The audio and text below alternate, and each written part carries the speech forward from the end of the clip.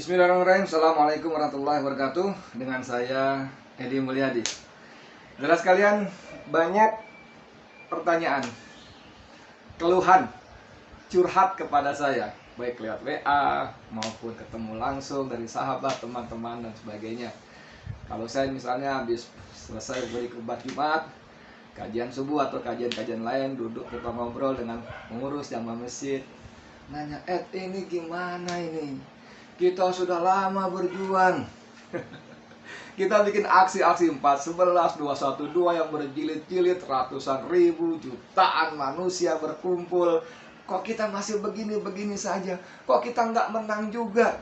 Kok kezaliman, kemungkaran masih tetap berkuasa dan merajalela? Ini gimana gitu loh? Kok para ustadz ulama kita ditangkapi? Bahkan yang terbaru imam kita Habib Rizik Syihab pun ditangkap dengan pasal-pasal yang diada-adakan dan mengada-ada, dizalimi begitu rupa. Gimana, kapan kita menang gitu? Saudara sekalian, untuk pertanyaan-pertanyaan semacam ini, untuk keluhan semacam ini, bahkan sikap putus asa, skeptis semacam ini, saya ingin mengatakan pada diri saya dan kita semuanya bahwa satu, ya saya ingin mengingatkan, benar-benar mengingatkan pada kita semuanya. Satu, bahwa tugas kita hanya berjuang. Berjuang. Menang urusan Allah.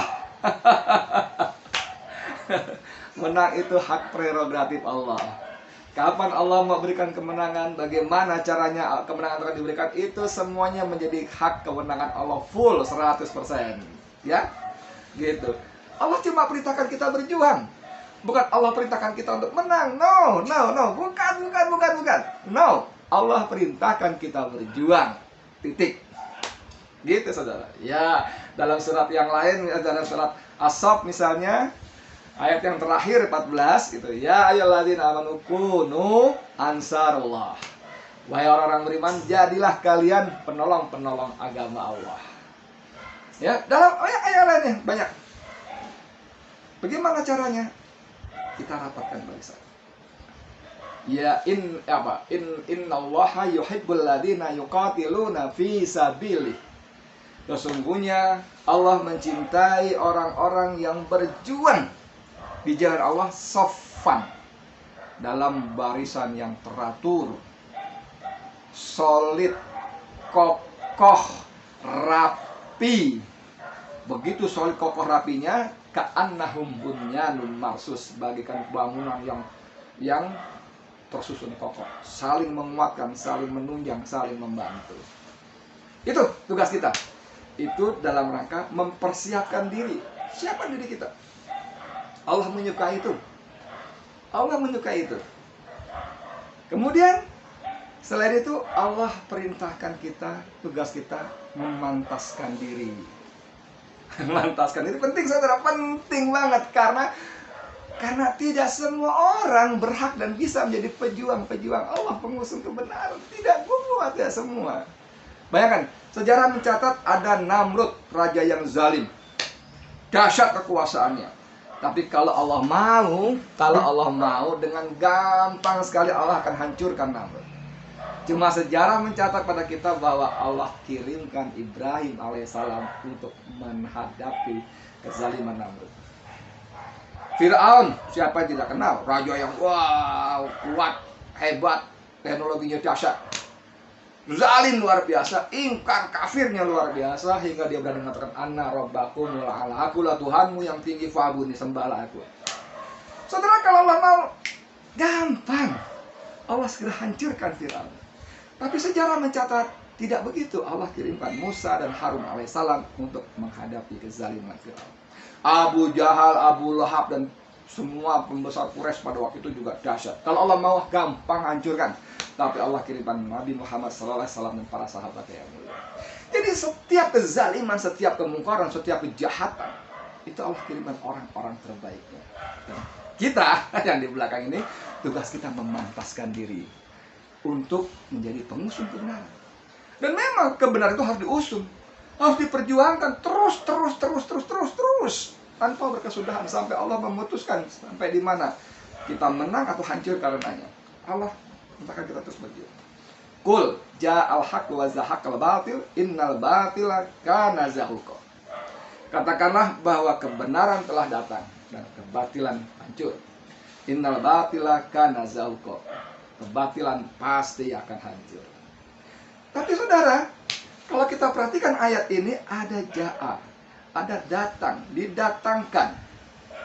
Jadi kebenaran itu harus ditampilkan, harus disuarakan, harus diperjuangkan, baru kebatilan akan hancur. Kalau yang baik-baik diam, orang-orang soleh yang tahajud tiap malam, yang duha tidak pernah putus, yang puasa Senin Kamis, bahkan puasa duha, yang berinfak sedekah dengan banyak dan ikhlas, kita berhusnudzon ikhlas, ya kan? Yang menyantuni anak yatim, fakir, miskin, yang pergi umroh tiap bulan, haji tiap tahun, itu semua orang-orang baik semua. Diam, tidak bersuara, tidak memperjuangkan al-haq, maka kebatilan akan merajalela, berkuasa, dan hak jatuh tertolak. Tidak boleh begitu. Tapi kita katakan tadi bahwa untuk menjadi pemusuh kebenaran, penjuang kebenaran, al-haq, kita harus memantaskan diri. Harus memantaskan diri. Bagaimana caranya? Tadi kita persiapkan diri ya.